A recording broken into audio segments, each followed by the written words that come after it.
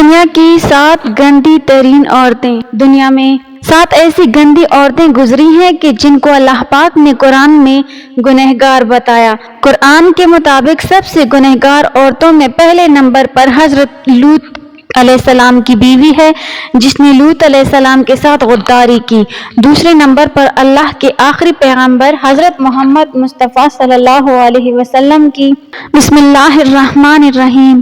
تاریخ میں ایسی گنہگار عورتیں گزری ہیں جن کے بارے میں اللہ پاک نے اپنی کتاب قرآن مجید میں ذکر کیا ہے۔ یہ عورتیں نہ صرف انسانوں کی گمراہی کا باعث بنی بلکہ بعض تو اللہ کے پیارے انبیاء کرام کو بھی قتل کرانے میں پیش رہیں۔ نمبر 1، حضرت لوط علیہ السلام کی بیوی۔ اردن اور اسرائیلی سرحدوں پر جہاں آج ڈیڈ سی نمکین پانی کی جھیل موجود ہے، نمک سے بھری اس جھیل میں آج زندگی کا کوئی نام و نشان نہیں، تاہم آج سے ہزاروں سال پہلے یہ انتہائی زرخیز علاقہ تھا جہاں سدوم اور عمورہ نامی شہر آباد تھے۔ یہی وہ قوم تھی جس پر اللہ نے حضرت لوط علیہ السلام کو نبی بنا کر بھیجا۔ اس قوم کا گناہ بہت بڑا تھا، ایسا گناہ اس سے پہلے کسی قوم نے نہ کیا تھا۔ اس قوم کے مرد مردوں کے ساتھ اور عورتیں عورتوں کے ساتھ بدکاری کرتی تھیں۔ حضرت لوط علیہ السلام کی بیوی جس کا نام وائلہ تھا، وہ بظاہر تو حضرت لوط علیہ السلام کی بیوی تھی لیکن وہ اندر سے کافروں کے ساتھ ملی ہوئی تھی۔ وہ اپنی قوم کا ساتھ دیتی تھی۔ اس بیوی کے لیے اور کیا بدنصیبی ہوگی کہ یہ عورت ساری زندگی ایک نبی کے ساتھ رہتے ہوئے بھی اللہ کے حکم کی نافرمان رہی۔ جب حضرت لوط علیہ السلام کی قوم نے آپ کی باتوں کو ماننے سے انکار کیا تو اللہ کے فرشتے ان نوجوانوں کی صورت میں اس بستی میں ظاہر ہوئے جو حضرت لوط علیہ السلام کے گھر میں قیام پذیر ہوئے۔ حضرت لوط علیہ السلام کی بیوی جو اپنی قوم سدوم کے ساتھ ملی ہوئی تھی، اس نے جا کے اپنی قوم کو بتا دیا کہ نوجوان ہمارے گھر ٹھہرے ہیں۔ ان لوگوں نے حضرت لوط علیہ السلام کے گھر کو چاروں طرف سے گھیر لیا۔ اس پر فرشتوں نے حضرت لوط علیہ السلام کو ان کی قوم پر عذاب لانے کی خبر سے آگاہ کیا اور آپ علیہ السلام کو حکم دیا کہ آپ اپنے گھر والوں کو لے کر یہاں سے نکل جائیے۔ حضرت لوط علیہ السلام ابھی راستے میں ہی تھے کہ ان لوگوں پر اللہ کی طرف سے پتھروں کی بارش ہونا شروع ہو گئی۔ آپ علیہ السلام کی بیوی جو اپنی قوم کا ساتھ دیتی تھی، وہ بھی اپنی قوم کے ساتھ ہی پتھروں کی بارش میں ماری گئی۔ سدوم کے پہاڑوں میں آج بھی وائلہ کی آبادی موجود ہے۔ حضرت لوط علیہ السلام کی بیوی کا تذکرہ قرآن پاک کے علاوہ بائبل میں بھی موجود ہے۔ نمبر 2، حضرت نوح علیہ السلام کی بیوی۔ قوم نوح شرک جیسے گناہوں میں مبتلا تھی۔ اس قوم کے لوگوں نے اپنے سرداروں اور تنیک لوگوں کے بت بنا لیے، ان کی عبادت اور پوجا شروع کر دی۔ اللہ تعالیٰ نے حضرت نوح علیہ السلام کو اس قوم پر مبعوث فرمایا۔ یہ قوم اتنی ظالم اور نافرمان تھی کہ وہ اپنے نبی حضرت نوح علیہ السلام کے گھر میں داخل ہو کر آپ علیہ السلام پر ظلم کرتے اور آپ کو بے یار و مددگار چھوڑ جاتے۔ حضرت نوح علیہ السلام کو مجلسوں سے نکال دیا جاتا اور آپ کی بیوی بھی ان کافروں سے ملی ہوئی تھی۔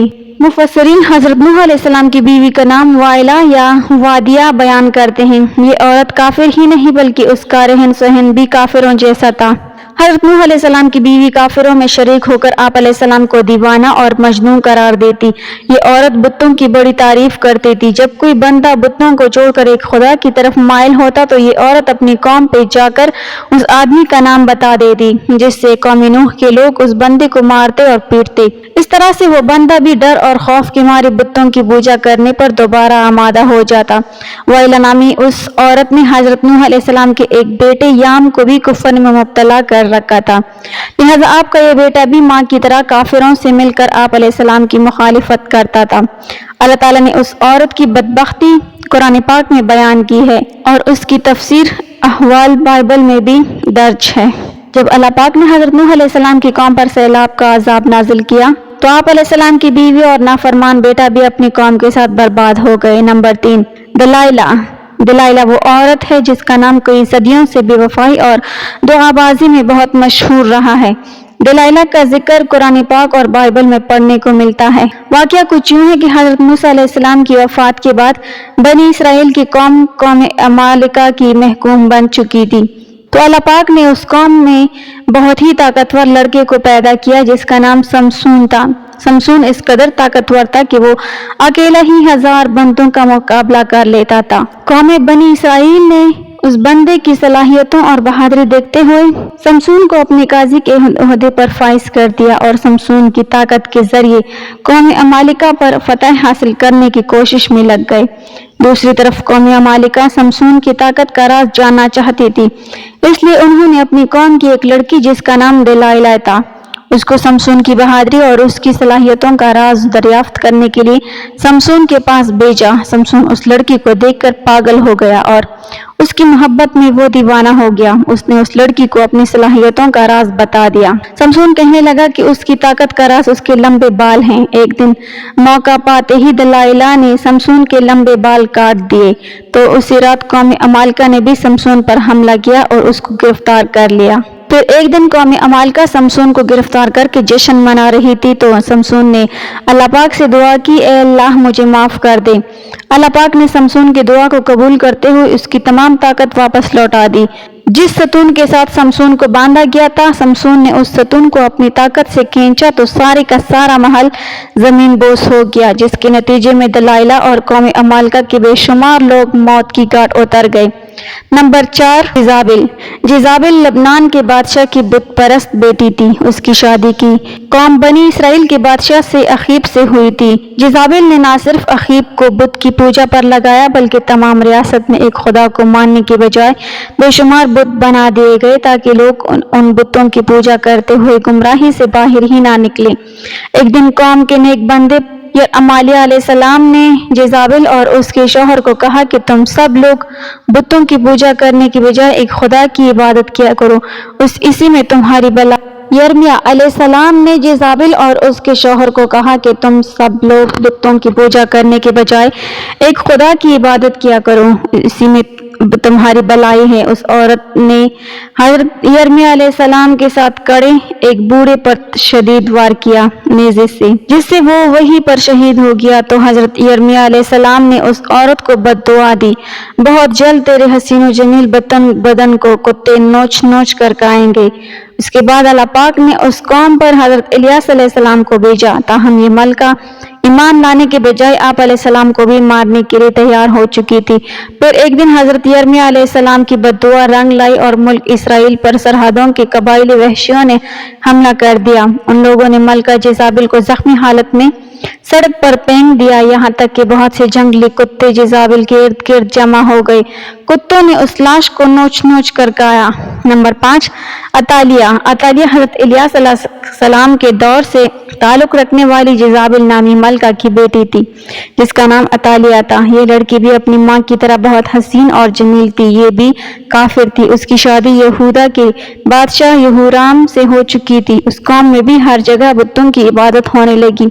इस कौम पर भी वहशी लोगों ने हमला किया, जिस वजह से वहशियों ने यहूराम को भी कत्ल किया, लेकिन ये बादशाह एक गार में चुप किया, जिस वजह से उस गार में उस बादशाह की मौत हो गई। जब वहशी मलका अतालिया और उसकी बेटी अजालिया को अपने साथ ही ले गए, अम्मा बेटियों को बहुत ज्यादा ज़लील और रुस्वा करने के बाद दोनों को आज़ाद किया। उसके बाद अतालिया ने बुतों की इबादत से पूजा करके हजरत मूसा अलैहिस्सलाम के मजहब पर ईमान ले आई, लेकिन इस तब्दीली को साल भी ना गुजरा था कि अतालिया फिर कुफराना कामों की तरफ लौट गई। उसकी बेटी के कत्ल के बाद मलका अतालिया को ही सुल्तानत यहूदा का ताज पहना दिया गया। उसने अपनी दौलत के नशे में आकर अपने पोतों को कत्ल करवाया, फिर अपने रियाया पर भी जुल्म और सितम करने लगी। ताहम उसका एक पोता जो उससे जान बचाने में कामयाब हो गया था, यहूदा के लोगों ने उसे अपना बादशाह बना लिया। ये मलका अतालिया अपने महल के बाहर अपनी ही कौम के हाथ बहुत ही जलील और रुस्वा होकर मर गई।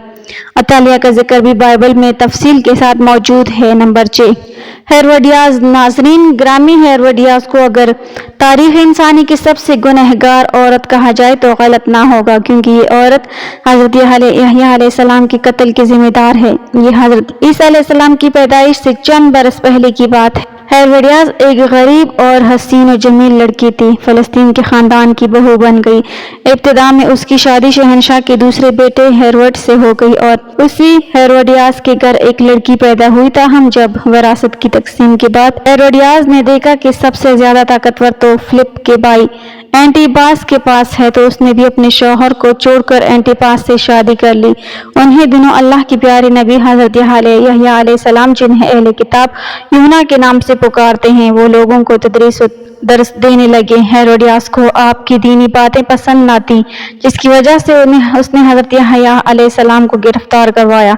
हेरोदियास ने काफ़ी बार कोशिश की कि वो अपने शौहर एंटिपास से आप अलैहिस्सलाम के कत्ल के अहकामात जारी करवा देता, हम एंटिपास ऐसा ना कर सका।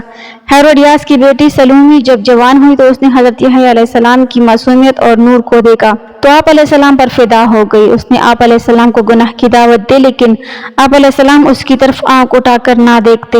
अब ये दोनों माँ और बेटी यहया अलैहिस्सलाम के खिलाफ हो गई। एक दिन बादशाह एंटिपास के सामने सलूमी ने बहुत ही बेहुदा डांस किया कि रक्स करते हुए उसने अपने जिस्म के सारे कपड़े उतार दिए। उस रक्स में बादशाह ने बहुत दिलचस्पी ली और उसको सलूमी का ये रक्स इतना पसंद आया कि वो सलूमी से कहने लगा, तुम क्या मांगना चाहती हो, मैं तुम्हें अभी हाजिर किए देता हूँ। उस औरत ने जवाब दिया कि मैं चाहती हूँ कि आप हज़रत यहया अलैहिस्सलाम को कत्ल करवा दें। बादशाह, जो कि बड़े हुए महफिल में सलूमी से अहद कर चुका था, उसने हज़रत यहया अलैहिस्सलाम को शहीद करवा दिया। इस तरह सलूमी और उसकी माँ इस गुनाह में शामिल हो गई। नंबर 7, उम्मे जमील अबू लहब की बीवी थी, जिसका असल नाम अरवा बिन्त हरब है। उसकी आंखों का बेंगापन नुमाया था, जिसकी वजह से उसको लोग कानी कहा करते। कुरान पाक में अल्लाह ताला ने अबू लहब और उसकी बीवी को इंतहाई सख्त अल्फाज में याद किया है। इसकी वजह अबू लहब और उसकी बीवी का नबी अकरम सल्लल्लाहु अलैहि वसल्लम के साथ सख्त मुशरिकाना रवैया है। ये दोनों मियाँ भी और बीवी आप सल्लल्लाहु अलैहि वसल्लम को तकलीफ और अजियत पहुंचाने का कोई भी मौका हाथ से ना जाने देते थे। रिवायत के मुताबिक उम्मे जमील नबी करीम सल्लल्लाहु अलैहि वसल्लम की राह में कांटे बचाया करती थी। जब सूरह लहब नाजिल हुई तो अबू लहब की बीवी गुस्से से बेकाबू हुई और बहुत ही बड़ा पत्थर उठाकर मक्का में रसूल करीम सल्लल्लाहु अलैहि वसल्लम की तलाश में निकल पड़ी। ये काबा में हजरत अबू बकर रज़ियल्लाहु तआला अन्हु के सामने इस हालत में आई तो उसके मुंह से जाग निकल रही थी। ये नबी करीम सल्लल्लाहु अलैहि वसल्लम के खिलाफ इंतहाई नाज़िब अल्फाज बोलती रही। हालांकि आप अलैहिस्सलाम उस वक्त हज़रत अबू बकर रज़ियल्लाहु तआला अन्हु के साथ ही मौजूद थे, लेकिन अल्लाह ताला के रहम व करम से उम्मे जमील आप सल्लल्लाहु अलैहि वसल्लम को देख ही ना सकी। वो वहाँ से घर की तरफ रवाना हो गई। बेशक उम्मे जमील तारीख की बदबख्त तरीन ख़वातीन में शामिल है, क्योंकि उसने नबी आखिर ज़मान सरवर कायनात हज़रत मोहम्मद सल्लल्लाहु अलैहि वसल्लम को बेशुमार तकलीफ़ें पहुँचाई। अल्लाह पाक हमें बेहतर अमल करने की तौफीक अता फरमाए और हमें ईमान की दौलत से माला माल करे, आमीन। नाजरीन, कमेंट बॉक्स में अल्लाह ताला के 99 नामों में से एक नाम जरूर टाइप करें। वीडियो अच्छी लगी हो तो लाइक कर दें, चैनल को सब्सक्राइब कर दें। मिलते हैं अगले वीडियो में, तब तक के लिए अल्लाह हाफिज।